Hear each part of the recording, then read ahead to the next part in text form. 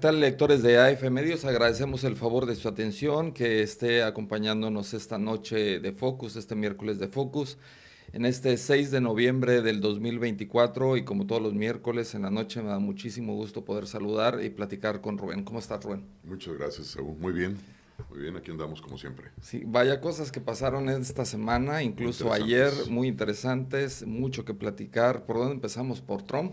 Sí, sí, es el gran Va- tema ahorita, ¿no? Del Vaya momento. elección que hubo ayer, sorpresa que dio el republicano en Estados Unidos y pues ya prácticamente ya va a ser el próximo presidente de los Estados Unidos. ¿Cómo viste este proceso?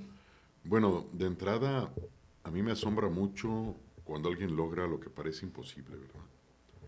Donald Trump, cuando salió de su primer periodo, que no fue reelecto, pues, para el segundo periodo, parecía que iba a apartarse totalmente del camino de la política, de las decisiones públicas. Y sin embargo, pasa un periodo y regresa y gana. Es algo que me parece ¿Y increíble. cómo ganó, no? Perdón, sí. Y además con este margen, ¿no? Y además con una campaña llena de altibajos, atentados, etcétera. Bastante interesante. Perdón. Perdón, me dio tos hace ratito. Sí, no, no te preocupes. Pero además, Me ¿estás disculpo. bien? Sí. Toma. No, no te preocupes, Rubén.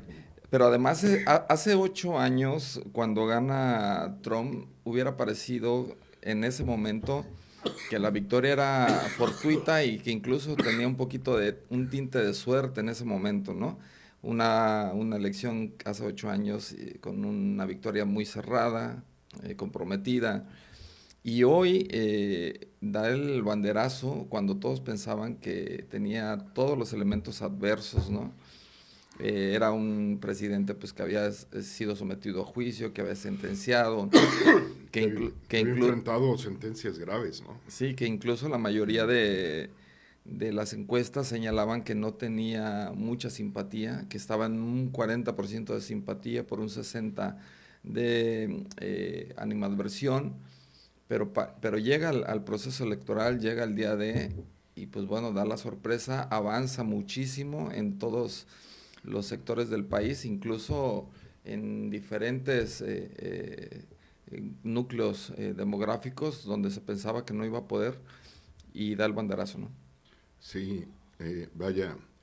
También habrá que reflexionar que el sistema electoral norteamericano es un sistema obsoleto en muchos sentidos, es un sistema que acarrea muchos vicios, es un sistema donde ocurren fenómenos raros. Por ejemplo, la democracia indirecta implica que no se vota como en México, que los votos se cuentan, sino que hay un colegio electoral de por medio que Sí, es el que decide el resultado electoral. Perdón, y esto significa que una candidata, como lo fue en el pasado Hillary Clinton, que puede obtener una mayoría de votos en el país, sin embargo puede perder la presidencia de la República. Son de ese tipo de fenómenos un tanto extraños. Me parece que el sistema electoral norteamericano es un sistema que ya debería ser revisado. Pero bueno, a los norteamericanos les gusta y mientras a ellos les guste, bueno, pues es correcto lo que esté pasando. Pero en este sistema tan complicado, pues Donald Trump volvió a imponerse, ¿verdad? O sea, ya había sido presidente una vez. Yo no conozco un caso de un presidente así. Bueno, sí hubo en los primeros años de la nación estadounidense independiente, por ejemplo, Adams, sí. pero que inclusive su hijo fue presidente después, pero son casos extraños. Sin embargo, en la era moderna yo no conozco un caso de alguien que haya sido presidente, pierde en su reelección y un periodo después regresa y gana. Y ese es un caso extraordinario. Sí puede Extraordinario. convertirse en el fénix de la política estadounidense, ¿no? Sí, y además, como tú lo dices, con tanto en contra, con sentencias, con juicios, con una imagen muy controvertida frente a la opinión pública, con su personalidad rozando en algunos momentos bastante cercano los escándalos. Bueno, pues, recientemente su atentado, ¿no? Que Su atentado, bueno, creo que su atentado le benefició mucho. sí, Ese atentado fue para él demostró tener carácter, Dicen que estuvo fabricado, yo la verdad no lo creo, no creo que alguien pueda fabricar una bala que pase por la oreja. Digo, me parece algo extraordinario. Se me hace mucho más fácil que le hayan pegado en la cabeza Sí, que sí, claro. que la bala no le haya pegado. Y sin embargo, sobrevivió. Eso tiene un efecto también, ¿no? Porque una personalidad que sobrevive a un atentado tan cercano contra su vida, ¿cómo reacciona? Psicológicamente puede tomar dos caminos, ¿no? Puede tomar un camino de humildad, de decir, ah, caray, mi vida pende de un hilo, eh, y esto me indica que no debo ser soberbio, debo tratar de ser humilde, debo tratar de, de ser más con los días que Dios o la vida me han concedido para seguir aquí. Pero también puede haber otra reacción psicológica, que es decir, eh, ¿sabes qué? Dios me eligió. Y entonces, todo lo que yo haga de aquí en adelante es porque Dios me tiene una misión para mí y todas las decisiones que tome en lo sucesivo están bien hechas. Vaya, hay que valorar a ver qué camino va a tomar Se fue más Trump. para ese lado, ¿no? Quizás todavía es, habrá que verlo en acción en el ejercicio del poder, pero no deja de ser una personalidad interesante. Ahora, a mí en lo personal me parece que con Trump va a regresar el que fue embajador de Estados Unidos en México, Christopher Landau, o Land- Landau, eh, que es una personalidad bastante agradable hacia que no hizo México. mal papel Muy buen como papel, embajador. una persona que cuando menos en todo lo que yo he notado quiere mucho México, tiene un trato muy especial hacia México, muy diferente. Yo tuve oportunidad de tratarlo, de atenderlo cuando llegó a Colima, estuvo en una gira de trabajo, y en ese tiempo el entonces gobernador estaba con COVID, no pudo atenderlo y yo fui el responsable de atenderlo. Y me pareció una persona bastante sencilla. Por ejemplo, entró a la iglesia de la Catedral de Colima, entró a rezar, no quiso que le tomaran fotos, entró a rezar solo. Y eso te indica mucho respeto hacia la cultura tradicional. Y tuvo un trato muy diferente, con opiniones muy interesantes acerca del destino de Colima. Y me parece que si repite, si ahora vuelve a repetir como embajador, ya en la administración de Trump o en otro papel importante, creo que México tendrá un aliado especial por allí. Sí, claro, también yo creo que parte de la victoria que tuvo Trump se debió a la mala calificación, la poca aceptación que tenía el gobierno de Joe Biden, incluso también no tan bien calificada Kamala Harris cuando estaba de segunda con Joe Biden, y entra al relevo Kamala Harris, y en teoría tenía muchas cosas a favor y lo veían favorable que hubiera relevado a Joe Biden, dada la imagen que tenía para el pueblo estadounidense. Pero también creo que no dio el ancho Kamala Harris, ¿no? En el proceso electoral. No, la verdad, no, la verdad yo le vi algunos errores bastante notables. Y eso que tenía el peso de Barack Obama apoyándola constantemente en la campaña, Prácticamente se convirtió en su orador principal, en su ¿no? vocero principal, en su orador principal, no sé si sería hasta qué tipo de coordinación de campaña, pero me da la impresión, yo coincido contigo, como que Kamala como que no dio el ancho totalmente, porque tenía frente a ella a un candidato con muchas debilidades, que era el mismo Trump. Digo, tenía muchas fortalezas, claro, ya las conocemos y las puso en juego, pero también tenía muchas debilidades. Tenía sentencias, tenía acusaciones, tenía actitudes cercanas al escándalo, Bueno, fue el presidente que pusieron en el banquillo de los acusados, ¿no? muchas cosas que, Televisado, claro, o sea, criticado. y algo pasó que ella no pudo aprovechar ninguna de esas debilidades, a pesar de que ella era una figura nueva y era una figura que podía atacársele poco, pero no pudo aprovechar ninguna de esas Sí, debilidades. muchos analistas señalaban que era muy complejo ya al final de la campaña, que era muy complejo que un partido retuviera la Casa Blanca con tal nivel de calificación adversa que tenía el gobierno en turno, ¿no?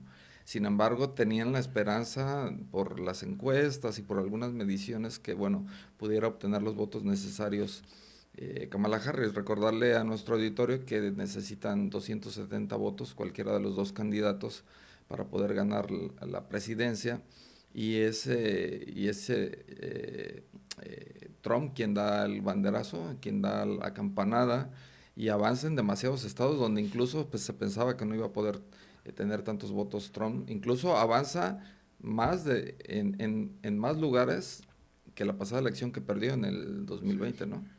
Y vaya, no deja de ser un tanto, me parece que fue un tanto sorpresivo hasta para Trump, ¿eh? Porque las primeras horas, Sí, incluso ya todos esperaban que fuera a dar su discurso en contra de un supuesto fraude y demás, ¿no? de hecho lo hizo, acusó un fraude por ahí en un estado, Sí, y eso es una pésima señal. Cuando están iniciando una jornada, te estás diciendo que estás muy nervioso y que no tienes los votos suficientes para ganar y que ya estás dándote por derrotado. Y sin embargo lo hizo y sin embargo sí, ganó. claro. O sea que me parece que creo que tenemos que ver, mirar con mucha atención por qué el elector norteamericano está votando por Trump. Hay muchos estudios al respecto ahorita que están brotando, pero algunos de los más certeros indican que el discurso de proteccionismo económico de Trump es muy atractivo para el electorado norteamericano y que a pesar de todos los defectos que pudiera tener este candidato, hoy candidato triunfador, ese proteccionismo económico, ese afán de proteger al trabajador norteamericano, ese afán de que La economía, de la economía, del desarrollo, ese cerrarse un poco a lo internacional para fortalecer al mercado interno, fue muy atractivo para el norteamericano promedio. Inclusive esas tendencias a cerrar las fronteras hacia el exterior para proteger a la sociedad americana o norteamericana, para quienes viven allá, fue muy atractivo. sí, claro, incluso se mencionó durante hoy, se mencionó que mucha población latina o hispana votó por Trump. Sí, claro. Es lógico, ¿no? Bueno, porque no es lo mismo tener la mentalidad hispana siendo de un país latinoamericano como México que tener la mentalidad hispana siendo un residente norteamericano de muchos años. La mentalidad cambia mucho, Claro. muchísimo. Yo he platicado con amigos que tienen muchos años radicando en Estados Unidos y ven con mucha desconfianza, por ejemplo, la inmigración de nuevas poblaciones latinas, porque muchas de ellas dicen que vienen de países donde hay una actitud de mucha mafia, una actitud de mucha pandilla, y que de repente llegan a Estados Unidos y arruinan en la imagen latina lo que ellos han construido con mucho trabajo a lo largo de los años. Será una señal muy evidente de el pueblo estadounidense de decirle no a la cultura woke, a la cultura progre, Puede ser, ¿no? Es una interpretación que está que sacudiendo. Yo estaba leyendo algunas interpretaciones y hay un rechazo aparentemente, si es que se confirma, hay un rechazo aparente a esta cultura, digamos, de izquierda, a esta cultura de las nuevas sensibilidades. Eh, Parecen estar un poco hartos de los demócratas, ¿no? En Estados Sí, Unidos.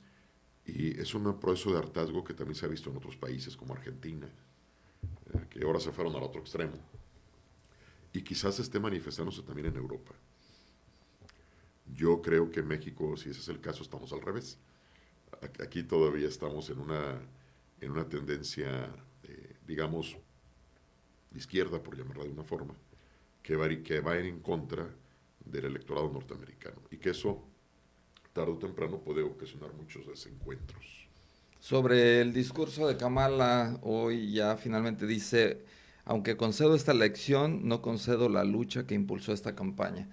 Pero finalmente, pues bueno, tenía que ceder, tenía que dar un discurso, felicitó a Donald Trump, pero parece que se quedó con un trago amargo al final de este proceso, ¿no? Pues No sí, solo por la derrota, sino por toda la serie de situaciones que no pudo capitalizar en contra de Trump, ¿no? pues sí, por desgracia ya pasó el momento. Yo dudo mucho que no le veo a Kamala la estatura para convertirse en una gran lideresa opositora. Me parece que no tiene esa dimensión. Quizás sí, habrá que comprobarlo con los años. Pero pensar que ella pueda convertirse en una voz crítica de la administración Trump hacia los siguientes años me parece bastante complicado. Creo que el Partido Demócrata va a tener que encontrar otros voceros que generen un nuevo discurso frente a Trump. Y vaya que lo necesitan porque Trump va a tener, pues aparte, todo el liderazgo del Senado. Y Es cierto, ganó Senado también. en el Senado. Y me parece que su discurso es muy fuerte, muy agresivo, y eso implica que tiene que tener un contrapeso con una voz muy sólida en el Partido Demócrata, que yo la verdad dudo que la señora sea esa su función en los siguientes años. Sí, claro. Me A lo parece, mejor también va a ser castigada, ¿no? En lo político dentro de su partido, me ¿no? parece que van a tener que regresar a Obama para poder opinar muchas cosas. Vamos a ver. Sí, claro. Ahora, lo que sí nos compete a nosotros como mexicanos, como país, pues cuál será el trabajo con México, la línea de interacción que tendremos con Estados Unidos, ya con Trump, como lo ves, el último día del proceso de la campaña de los Estados Unidos, Trump se lanza duro contra México, señala que bueno que conoce de alguna manera a Claudia Sheinbaum, pero que una vez, si es que ganaba la presidencia, que iba a implementar algunas medidas inmediatas en contra de, de los aranceles mexicanos. Hablaba de un 25% si es que la presidenta Claudia Sheinbaum no hacía o promovía algunas acciones contundentes en contra del tráfico de drogas y del armamento también, así como el tráfico o el avance de los migrantes hacia Estados Unidos en la frontera sur, en la frontera norte. Hablaba de un 25%, pero también después dijo que si no se cumplía, lo iba a subir a 50% y si pasaba lo mismo, lo iba a subir a 75%. Y había algunas zonas del país en Estados Unidos que le celebraron estos discursos, ¿no? Sí, bueno, allá habrá que estar muy atentos porque no sé si tengas la misma impresión, Esaú, pero cuando fue presidente por primera ocasión, tenía un discurso también muy agresivo y sin embargo no se tradujo en hechos a lo largo de los años. Sí, aquel discurso del muro y todo eso, ¿no? Y hablaba del muro, del muro, del muro, y no, y además quería que lo hiciéramos nosotros. Sí, claro. Y me da la impresión que muchos de ese discurso es para consumo político interno, pero no precisamente que se vaya a traducir en la realidad, en los hechos. Bueno, llegó a tal grado la vez anterior que incluso hizo lo posible porque fuera Andrés Manuel López Obrador con él, ¿no? A Casablanca, ¿no? Sí. Y me da la impresión que en su momento el presidente Andrés Manuel como que supo manejar ahí la situación más o menos y se dieron largas, contemporizó y pasaron las cosas. Y me da la impresión que ahorita puede pasar lo mismo. Esto es un discurso de campaña, ¿no? Es un discurso político. Habrá que esperar en su momento Pues adecuado. el dólar hoy amaneció un poquito más Eso elevado, sí, eso sí. impactó inmediatamente, Eso sí, bueno, ahí las sí. acciones también en algunas bolsas se impactaron, obviamente las acciones en las empresas de Trump se fueron muy arriba y económicamente yo creo que sí va a ser necesario que tengamos como país, como gobierno mexicano, pues muchos, muchas lupas Sí, en y el además trato, ¿no? generar una estrategia idónea para enfrentar la nueva circunstancia.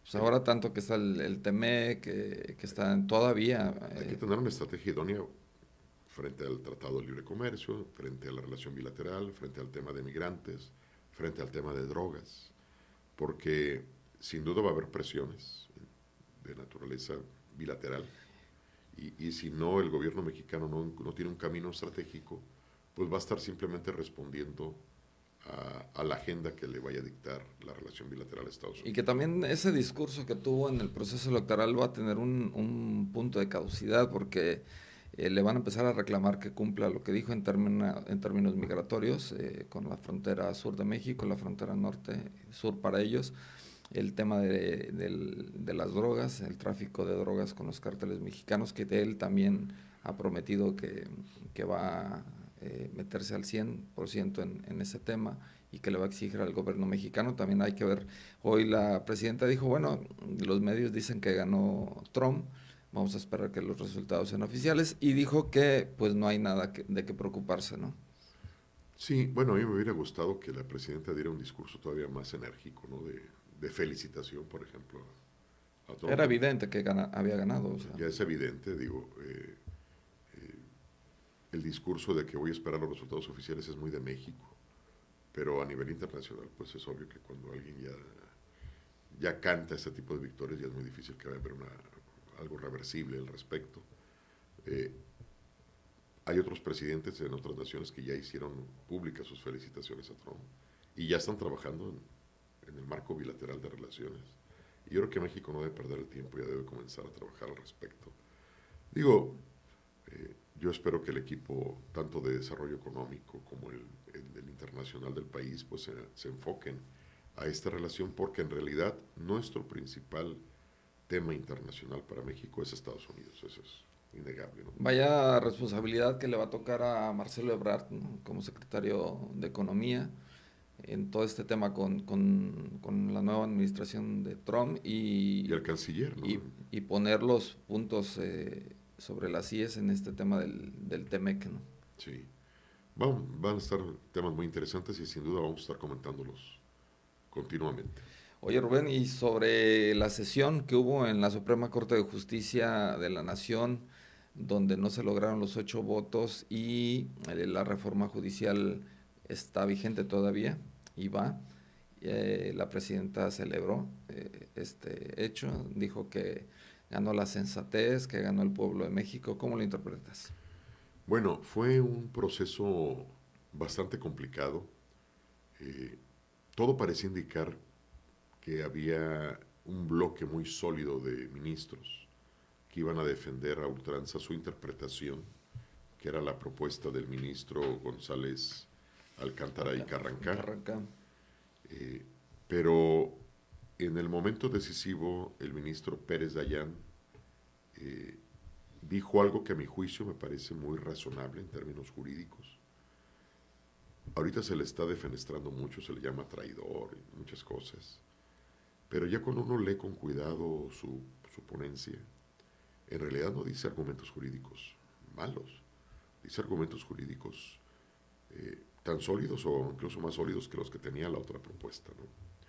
Porque a final de cuentas, lo que se estaba discutiendo era primero la viabilidad de discutir las cosas, que es donde él se enfocó. Sí, primero fue discutir que los partidos políticos sí tenían injerencia para poder Así es. solicitar una controversia, ¿no?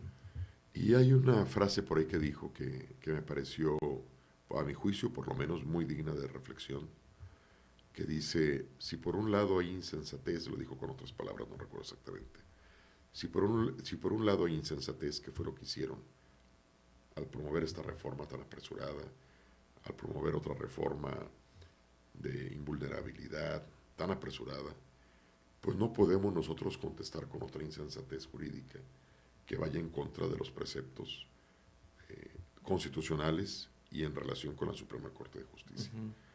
Y eso me parece muy digno de reflexión, a final de cuentas. Digo, pobre porque ahorita lo acusan de ser el peor que Yunes.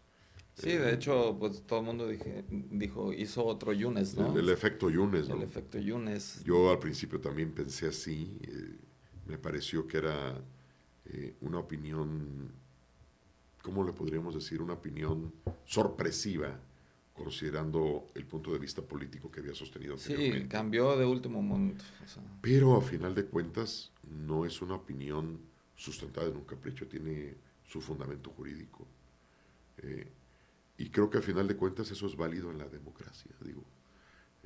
No precisamente se trata de estarnos peleando en bloques, sino que puede haber personas que piensen de una forma distinta. sí, incluso en la misma sesión, en el primer tema que se trató en la sesión, que fue muy larga, más de 5 horas, se criticaban algunas declaraciones o algunos votos que se habían emitido, incluso hasta 8 años atrás, y se ventilaban, tú votaste en tal momento así y ahora estás diciendo votando de otra manera, estás dando nuevos argumentos, y se la pasaron un buen Sí, sí, sí. tiempo Dimes y diretes. dimes y diretes en plena sesión, y en alguno de los momentos, uno de los magistrados más cuestionados en ese sentido dijo, bueno, es que cambiar de voto no es un delito y tampoco es inconstitucional, o sea, tenemos derecho de modificar nuestro voto, nuestros argumentos, pero siempre y cuando estén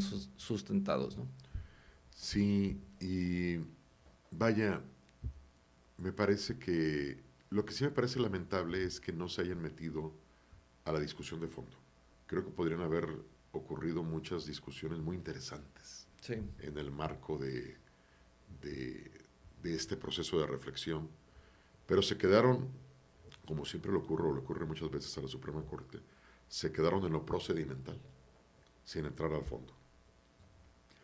A mí me hubiera encantado ver análisis más profundos acerca de la constitucionalidad, la no constitucionalidad, sobre lo que un constituyente permanente puede o no puede afectar, por ejemplo, de la Constitución. Eso me hubiera gustado mucho, ese tipo de reflexiones más profundas sobre, sobre el fondo del tema. Me hubiera encantado que se analizara si de veras el constituyente permanente puede modificar la integración de un poder como el Poder Judicial, ¿no? O sea, si el Poder Legislativo y las legislaturas de los estados pueden, simplemente por su mayoría partidista, afectar la forma de integración del Poder Judicial, pero no se tocaron ninguno de esos temas. Sí, lo que también sí se tocó y me pareció importante que lo resaltaran, incluso la presidenta de la Suprema Corte señalaba, a ver, en nuestra Carta Magna o en nuestra Constitución no existe el término constituyente permanente, porque el constituyente es el que inició la Constitución, el que le dio inicio a este marco legal jurídico, ¿no? Ya no hay un constituyente permanente, que es lo que tanto el legislativo ha estado mencionando, ¿no? Entonces, desde ahí partían que no era como alguien que pudiera estar, este, La verdad es que yo no estoy muy de acuerdo con esa afirmación de la eso, ministra, precisamente por eso te digo que me hubiera encantado. sí, Eso nomás fue una opinión de ella, pero no se metieron a fondo en la discusión al respecto, porque siempre se ha hablado de un constituyente permanente, precisamente porque la Constitución, eh, de acuerdo con los mismos términos de la Constitución, digamos que es permanente. ajá, O sea, sí, claro, eh, independientemente de cualquier suceso, inclusive asonada, lo que suceda, la Constitución va a volver a tomar su vigencia. Entonces, ¿quién puede reformarla y quién puede actualizarla? Bueno, una especie de constituyente permanente, que teóricamente sería el Poder Legislativo Federal, en coordinación con los poderes legislativos de las de las entidades. entidades. A lo mejor el nombre no es adecuado, ¿verdad? Pero es el proceso por el que es posible reformar la Constitución. Entonces, por eso te digo que era muy interesante lo Sí, que podía claro. venir, pero ya no se tocó. Sí, parecían ya también un poco enfadados, molestos ya incluso en sus discusiones. Es que se les Inc- rompió el bloque, ¿no? Que ellos, sí, que se consideraba que había ahí. incluso ahí en la primera discusión la ministra Lenia Batres hizo algunas expresiones muy Bueno, criticadas como wow y cosas así como tratando de burlarse de las votaciones. Pero bueno, bueno, finalmente así quedó. es ella. La reforma judicial está vigente. ¿Y qué te parece esta supremacía legislativa? Bueno, a mí me parece que no era el camino correcto en términos constitucionales declarar una especie de blindaje a todas las reformas para que nadie, digo, mal llamado supremacía constitucional porque la Constitución siempre es suprema, pero aquí lo que se trató fue de que las decisiones del Poder Legislativo no pudieran ser controvertidas desde otro poder como el Poder Judicial. No hay tampoco grandes precedentes al respecto, tampoco se está arrebatando un derecho que ya existía, pero sí es preocupante que al rato cualquier tema que se cuele en la Constitución por obra de una mayoría, ahorita es una mayoría de Morena, pero al rato puede ser otra mayoría, que no tengamos ningún mecanismo para atacarlo, ¿no? Para discutirlo. ¿Qué tal si al rato, se han puesto ejemplos un poquito ilógicos, pero qué tal si al rato la mayoría decide impulsar un procedimiento de cualquier tipo, una reforma constitucional de cualquier tipo, en la que no todos los mexicanos están de acuerdo, como ahorita no estuvimos de acuerdo con la reforma judicial? ¿Y qué vamos a hacer? Nada. Porque mientras lo apruebe una mayoría, esta iniciativa de reforma debió haberse llamado no de supremacía constitucional, sino de supremacía de la mayoría legislativa. Exacto. Ese sería el nombre correcto. Entonces lo que decide una mayoría las minorías no van a poder decir nada. Oye, en medio de esta discusión, que previo a la sesión que tuvo motivo ayer, se ventilaron en medios nacionales el tema de que la Fiscalía General de la República estaba investigando a jueces que habían manifestado o habían resuelto en contra de la reforma judicial y que había empezado una especie de cacería de brujas en contra de los juzgadores, ¿no?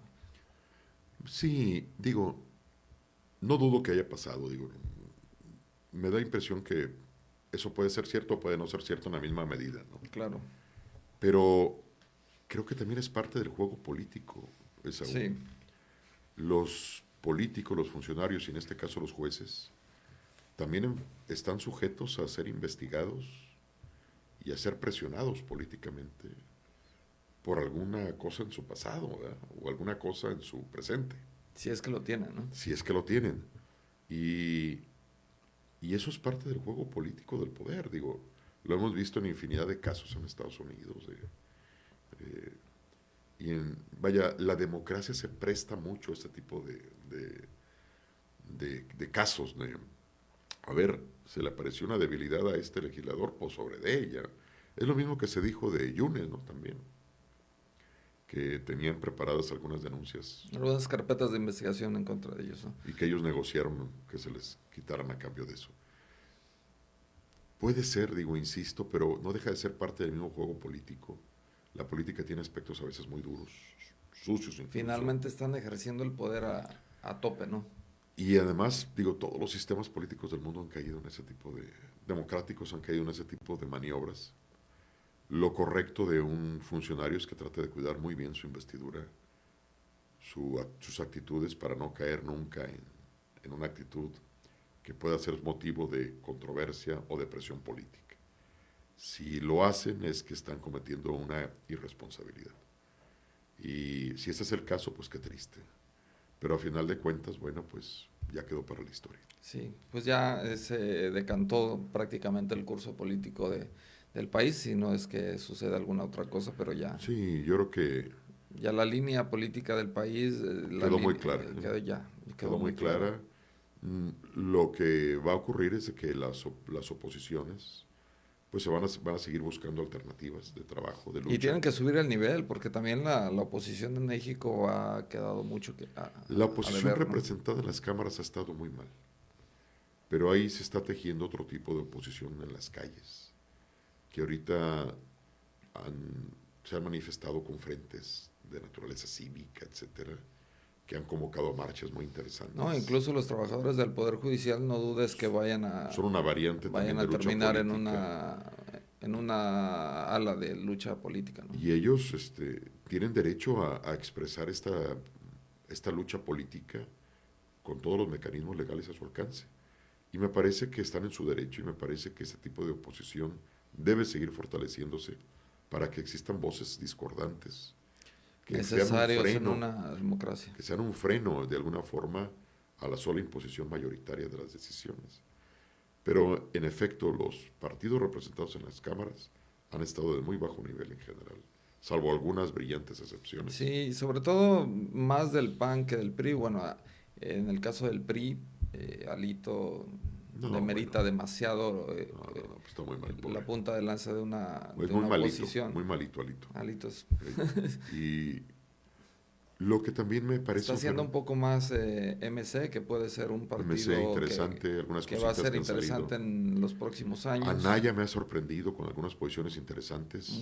Yo le tenía ya una visión media muy firme, muy contundente sus argumentos. Inteligentes, ha dado la pelea. Reflexivos, sí. Pero son pocas las voces, ¿no? Lo que sí me parece muy interesante, Saúl, digno de comentar, es el fenómeno del mayoriteo, ¿no? Tenemos 500 diputados, tenemos 128 senadores y tenemos un montón de diputados locales en las legislaturas de los estados. Y sin embargo, una gran mayoría de esos legisladores, senadores, diputados federales, diputados locales, para lo único que van es para levantar la mano, por la línea que les da su partido. Entonces yo digo, para eso querían ser legisladores. Digo, mínimo discutir, No, ¿no? y hay un gran porcentaje así. O sea, que nomás van Un gran a lo que les porcentaje. indican. Y ese es un fenómeno que tuvo el PRI durante muchos años. Me parece que el PAN también lo tuvo. Es un fenómeno que se sigue repitiendo en la política mexicana y ahora lo tiene Morena. El clásico diputado o diputada levantadedos, que nomás, nada más va para votar en la forma en que le están indicando que vote, incluso irreflexivamente. Claro. Yo nomás te pregunto, Saúl, estas reformas constitucionales, se aprobaron algunas prácticamente inmediatamente después de que se aprobó la reforma en lo federal, ya estaba en la legislatura local aprobándola. ¿Tú crees que la estudiaron? A ver, hubo récord Récord, en ¿no? 8 horas. Sí. En 8 horas se aprobó en las legislaturas estatales. Imagínate, ¿tú crees que los legisladores locales leyeron los documentos? Los analizaron, los procesaron, los discutieron. Digo, en eso están aquí también los diputados locales de Colima. Los leyeron, los analizaron, los discutieron, los reflexionaron. No, nomás, vámonos. No, tú sabes que no. Entonces, para eso querían ser diputados, para levantar el dedo. Digo, es una visión muy pobre, ¿no? Sí, pero también eso es culpa de nosotros, los ciudadanos, que no terminamos de exigir y pedirles cuentas particulares a cada uno de los legisladores, ¿no? Siempre hemos, como sociedad, solapado el sistema político que tenemos y el sistema político que tenemos es también por nuestra culpa Digo, como ciudadanos, ¿no? si estas vamos, deberíamos tener mucho menos cantidad de legisladores, saldrían más baratos. Digo, ¿para qué vamos a tener 500 diputados si una gran mayoría de ellos van a votar de forma irreflexiva? Y estoy hablando no solamente de los favorables al poder, a lo mejor también los que están en contra, ¿no? O sea, van a votar irreflexivamente. Y creo que tenemos que exigir más calidad al respecto. Pero bueno, es uno de los vicios y males de nuestra democracia. Pues sí, ya seguiremos platicando el próximo Así miércoles. es. Como siempre, un placer, Rubén, Muchas poder gracias. platicar. Perdón por la tos, pero desde ayer me dormí con la ventana abierta y me quedé todo resfriado. No, Muchas gracias. Gracias. no te preocupes. Muchas gracias. Al contrario, gracias por estar aquí y pues agradecemos mucho que haya estado con nosotros en esta noche de Focus, esta noche de miércoles, para platicar de lo que está sucediendo en el terreno político, tanto nacional, estatal y por supuesto internacional, con esta elección de donde resultó triunfador Donald Trump en Estados Unidos. Y seguramente el próximo miércoles vamos a poder platicar de más cosas que estén sucediendo en este tema de la elección de Estados Unidos y por supuesto en México. Muchas gracias, muy buenas noches, nos vemos el próximo miércoles.